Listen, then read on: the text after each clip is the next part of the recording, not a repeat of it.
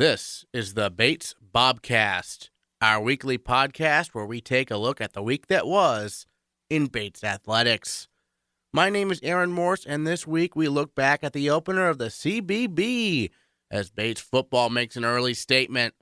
We sit down with the president of Bates College, Clayton Spencer, for our featured interview, and we chat with our Bobcats of the week, junior women's cross-country runner Jess Wilson, and first-year punter Justin Foley. All that and more coming up on the Bates Bobcast.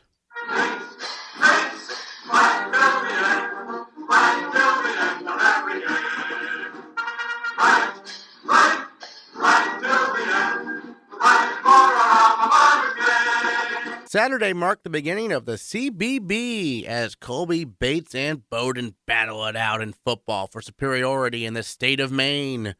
The Bobcats traveled to Waterville, a place they hadn't won at since 1999, to take on the Mules. A defensive struggle ensued. With the game tied at 3 in the third quarter, junior Trevor Lyons jumped in front of a pass and took it to the house for his first career pick six. Lyons credits preparation for the game-changing interception. Well, we've been practicing all week. We knew Colby liked the quick game, so, in the game, it's kind of something you just sort of feel out. Me and Brandon Williams have been doing a great job all week on jumping the quick stuff, and we're aggressive corners, and we had to step up and make a play. Leading 10-3, the Bobcats surrendered a fourth-quarter touchdown, but they blocked the extra point as sophomore Colin Richardson got his hand up to tip the kick at the line of scrimmage. The defense held from there, and Bates prevailed to get their first win of the year and move one step closer to defending their CBB title. Being able to call yourselves the best NESCAC football team in Maine definitely means something, means a lot to the program, to alums, everyone involved. Head coach Mark Harriman was thrilled by the defense's performance. In my time at Bates, that was probably one of the grittiest defensive performances that we've had. I mean, it's just a phenomenal effort just time and time again, and I couldn't say enough great things about the entire unit. I thought overall they played really well. If the Bobcats beat Bowdoin this Saturday at Garcelon Field on Senior Day, they will win back-to-back outright CBB titles for the first time since 1966 and 1967. Beating rival Colby was a theme this week in Bates athletics as the women's soccer team knocked off the Mules by a final score of 2-1 on Tuesday. Senior Karen Lockhart, in her final game at Russell Street Field, had the game-winning goal. To end our games on Russell Street with a win against a team that we haven't beaten yet in my time here has been it's been really special, and it's a team that always comes to play. It's always a battle. To get the W is a really big deal for us. The field hockey team went to Colby needing a win Tuesday to make the NESCAC tournament, and they got it as they beat the Mules 1-0. Senior captain goalkeeper Christina Vega picked up the shutout. Head coach Danny Ryder and the Bobcats qualified for the NESCAC tournament for the first time since 2010. Vega just played phenomenal. I can't say anything more than that. I'm just so proud of her. As a former goalkeeper myself, I know she was just unstoppable today. Men's soccer was not quite as fortunate as they also went to Colby on Wednesday, needing a win to qualify for the NESCAC tournament. They ended up fighting the Mules to a 0-0 draw. The good news is the men's soccer team finishes their 2015 campaign with their most wins since 2008. Saturday saw the men's and women's cross-country teams compete in the NESCAC championships. The men's team finished 7th with senior Alan Summerall finishing 8th out of 129 runners. Meanwhile, the women's team finished 5th, beating rivals Colby and Bowdoin along the way. Head coach Jay Hartshorn was pleased. It was a little better than we expected, only because we had lost to Colby and Bowdoin 2 weeks before at our state meet. And so that was a big thing for us, sort of gearing in on those teams. But the state meet course was really flat and very fast.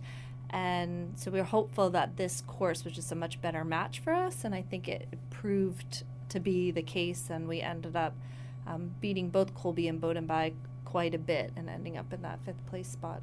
Unfortunately, Saturday saw the season's end for both field hockey and women's soccer in the NESCAC quarterfinals. Field hockey hung tough with undefeated and top-ranked Bowdoin, but fell by a score of 4-1.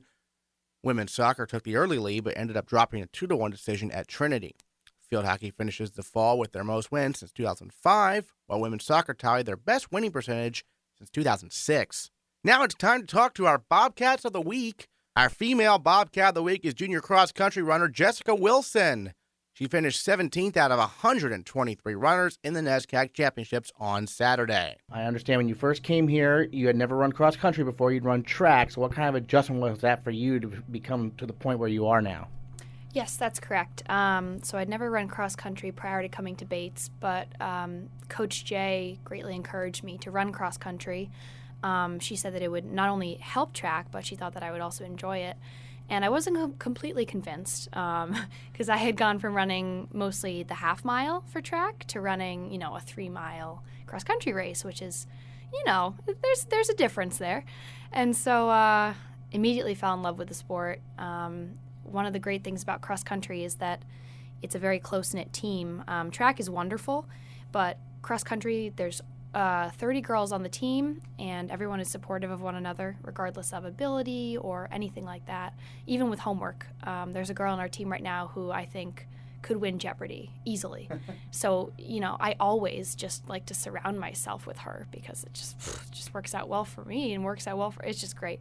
So, so I really think that cross country is a wonderful, wonderful sport because it's really a sport where you're pushing yourself mentally, and I think that the support of your teammates helps with that. So I think the transition for me was really rooted in my teammates and just having such a great support system, especially transitioning into college.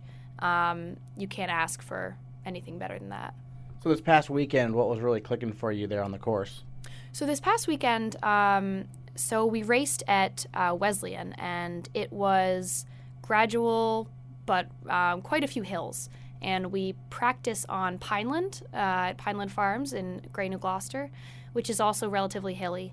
And I think that hill training really came into play. Additionally, our team talked about maintaining what we like to call pack mentality, which is that we race together and we race as a pack. And in that way, it really helps to push one another.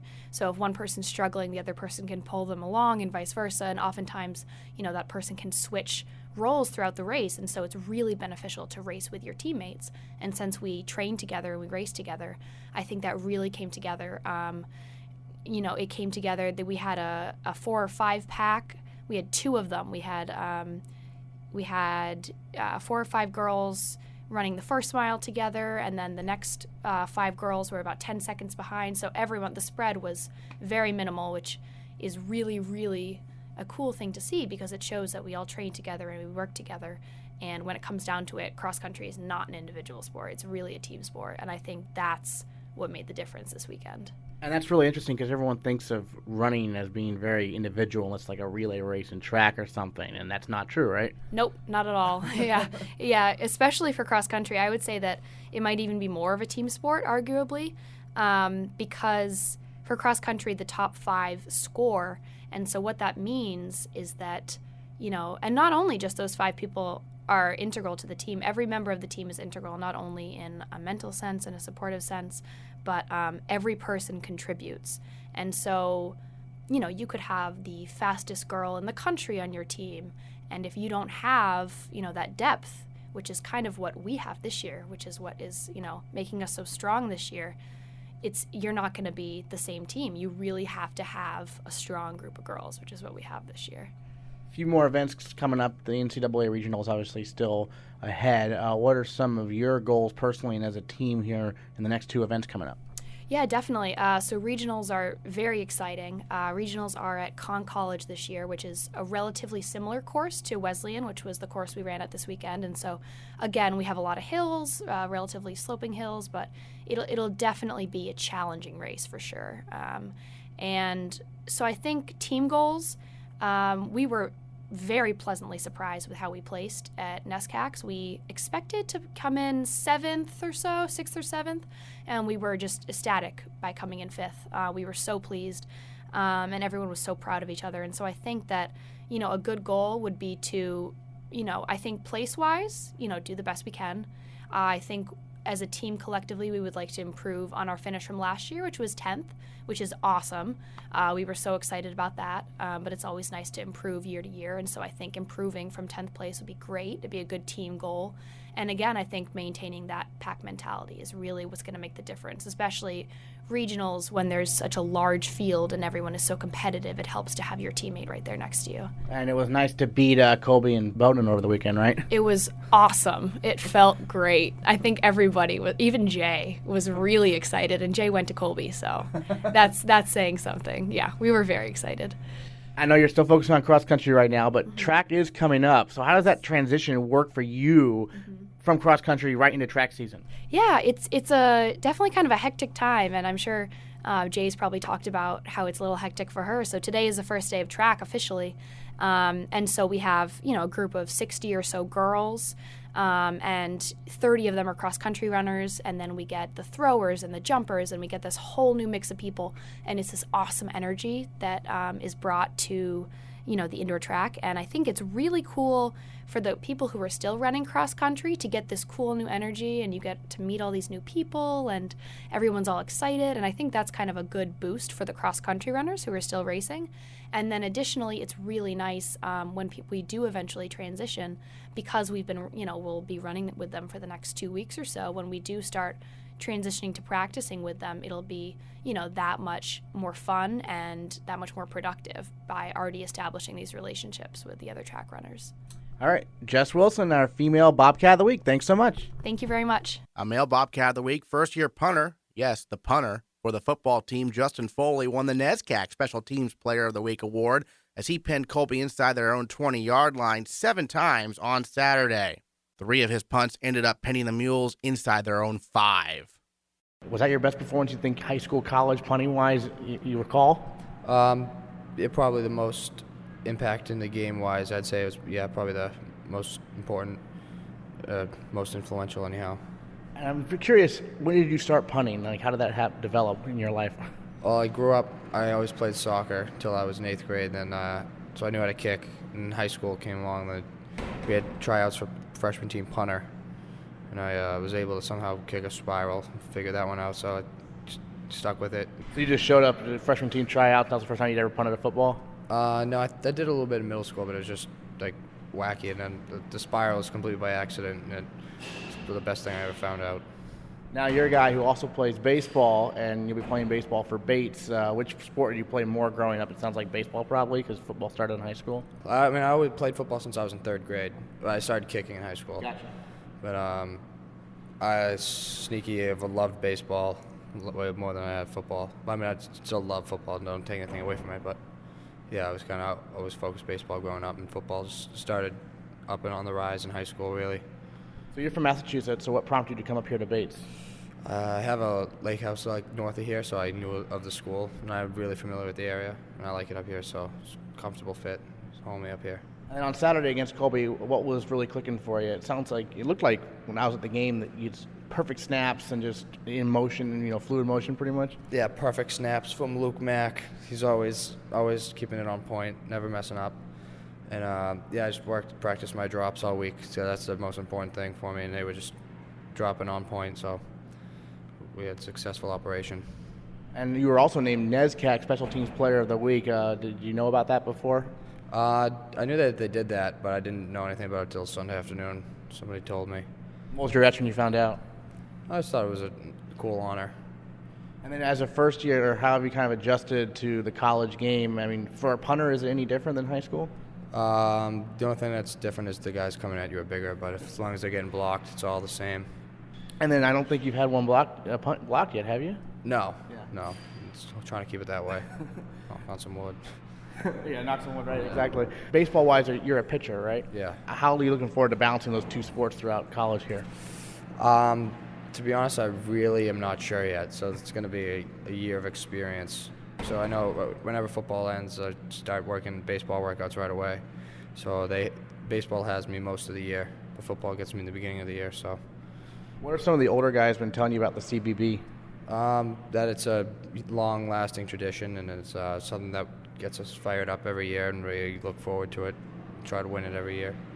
And as a punter, what are you doing during those long practices typically in terms of your routine? Kick a little bit in the beginning, come inside, work out, and call it a day after that, really. So fairly routine. Life over here, yeah. Living the life, exactly. All right, well, Justin Foley, our male Bobcat of the Week. Thanks so much. Thank you. Our featured interview this week on the Bates Bobcast is with the president of Bates College, Clayton Spencer. Spencer took office on July 1, 2012, and from the moment she stepped on campus, her passion for the school's 31 varsity sports has been noticeable. She wants Bates student-athletes to win on and off the field. You know, I know you're into sports. When did you really first start to really find that passion for athletics? I think I first started when I was a little kid. I'm third in a family of four. Older brother was a Yankees fan. Boo. Older sister, not particularly into sports. And but I started by playing outside. We had a great neighborhood. Our yard was the gathering place. We played kickball every afternoon. Then we evolved to football and basketball. So I started the way any active, competitive little kid starts, I think. And then in terms of sports that you were following, did you follow like basketball teams closely or whatnot? I was born in North Carolina, the basketball capital of the world, collegiate basketball.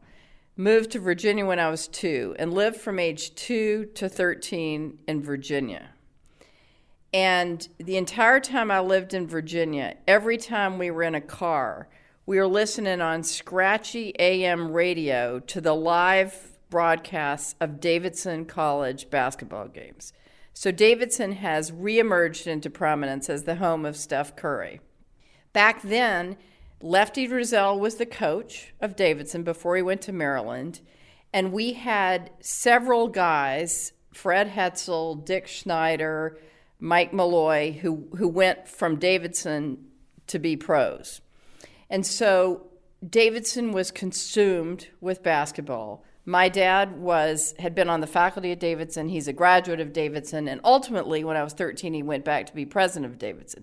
And in the meantime, Davidson basketball intruded in its scratchy radio form into our family life in all sorts of ways. It was way before the era of live video casts.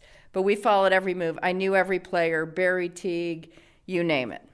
And then you ended up going to Williams College for your undergrad. Did you play any sports there or follow the sports when you were there?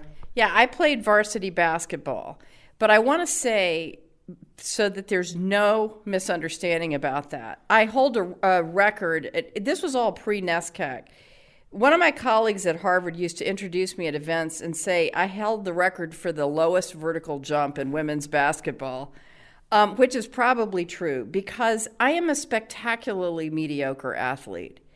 But the deal is I spent my whole life shooting baskets. So by the time, and there was my high school, we didn't have any girls' teams. It was before Title IX. So there were no girls' teams.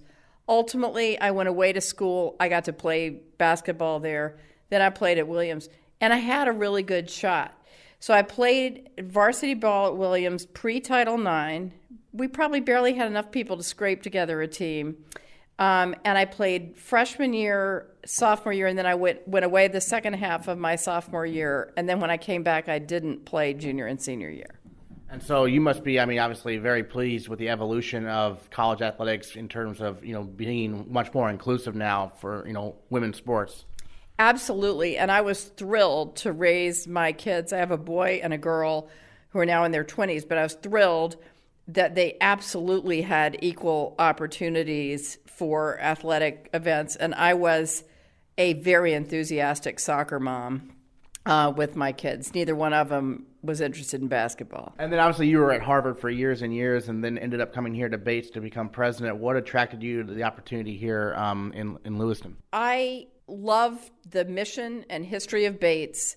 I have always loved the liberal arts. So when I was 13, I moved back and grew up the rest of my junior high and high school on the campus of Davidson College. And then, by the way, I went to every single home game. I don't know if this is documented. I do not think I missed a home game. And Davidson used to play in the Charlotte Coliseum. So it was like a big deal. So I grew up at Davidson, went to Williams, higher ed junkie my whole life. Very interested in returning to a liberal arts setting where the scale allows you to be closer to the enterprise, to the students. At Harvard, I was in the central administration. I loved what I did for 15 years there, but was ready for a new challenge. I have a passion for Maine. I had spent my entire adult life, our family, going to summers in Maine, so that makes me kind of a Maine cliche, thinking it's all about the summer. But I love the idea of coming to Maine and leading an institution with the values, mission, history, and character that Bates has. Everyone always talks about the balance between, great academics and great athletics. What's your philosophy in terms of how those two can work together? So I think NESCAC has arguably the best balance in higher education because it's Division III, and the entire league, with the exception of Hamilton, is very geographically proximate. So it means you're not flying places to play your games. So I think it's possible to be a serious student and a very serious and accomplished athlete and do both. And we hear from a lot of employers. It's really interesting. We have certain employers who come talk to me about who they're looking for coming out of a place like Bates or Williams or Middlebury, and they say they only want the NESCAC athletes because they want the team players, they want the work ethic, and they want the competitive spirit.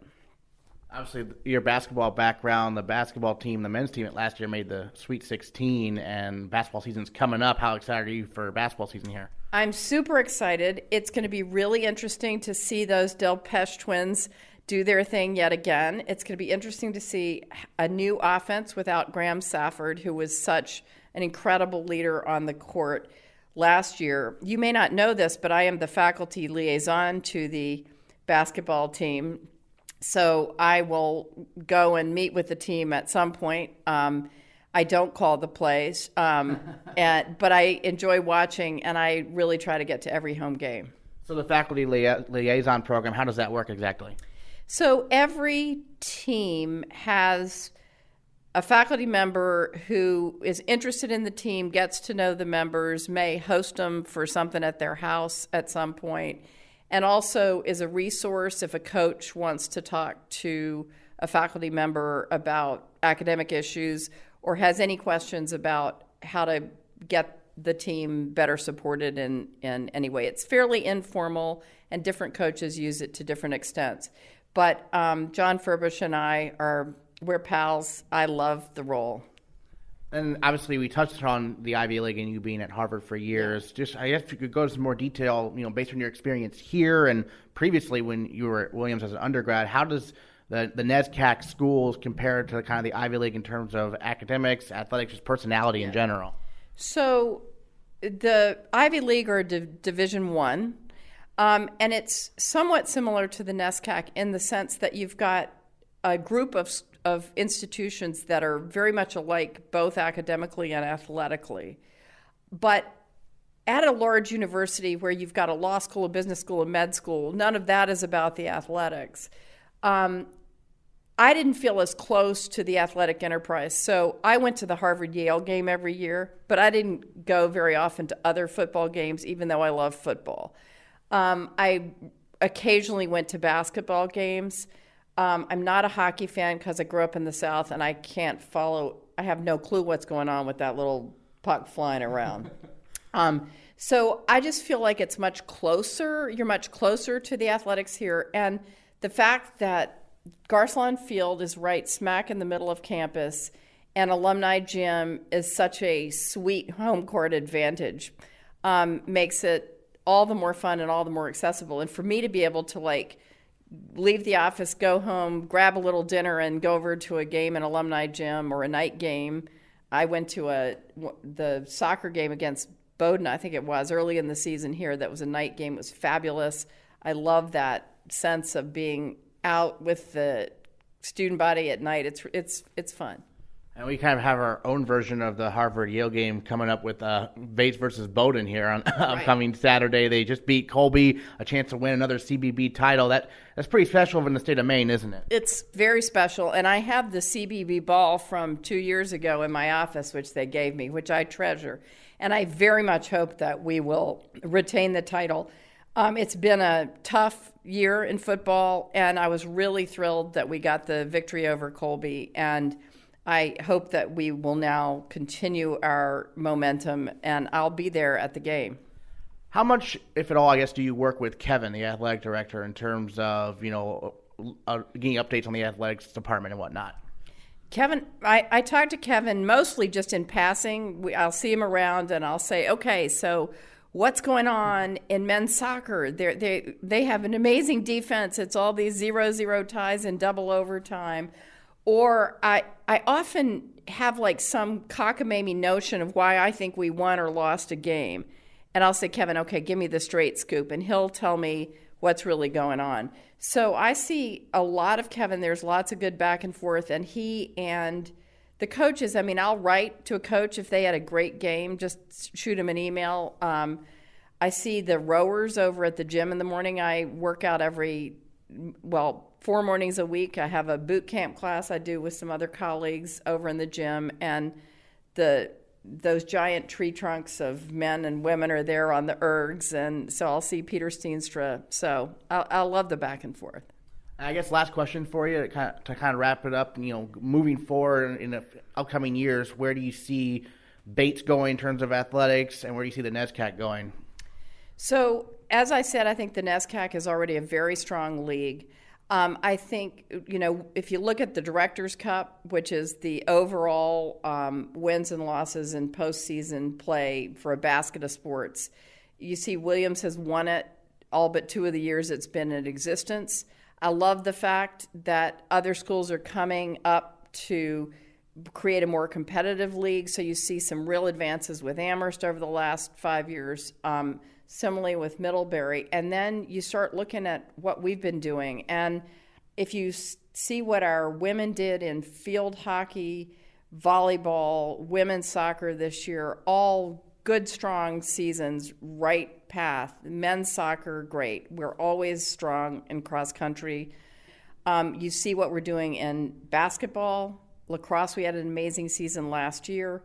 Our baseball program, big team, not a quick turnaround, but very strong team experience. So I see the league becoming ever more competitive, and I see us, through really incredible leadership by coaches, building very strong programs. And I should also say, in that context, squash and rowing.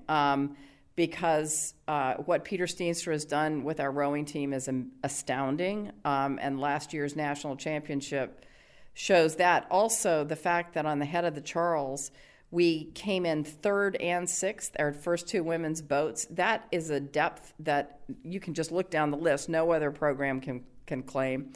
And then what Pat Kosker has done in squash is stunning. And I know I'm forgetting people, and I'm sorry, but that's, I think athletics is really important because it does teach you a work ethic. It teaches you fundamental teamwork, which is a life skill. It teaches you the importance of time management, balance between sports and academics. These are incredibly valuable life skills. And frankly, it's more fun developing those skills when you're winning more than you're losing. So I'm a big fan of strong leadership from the coaches, strong recruiting, and beginning to really amass very solid records across many sports. Clayton Spencer, president of Bates College. Thanks so much. Thank you.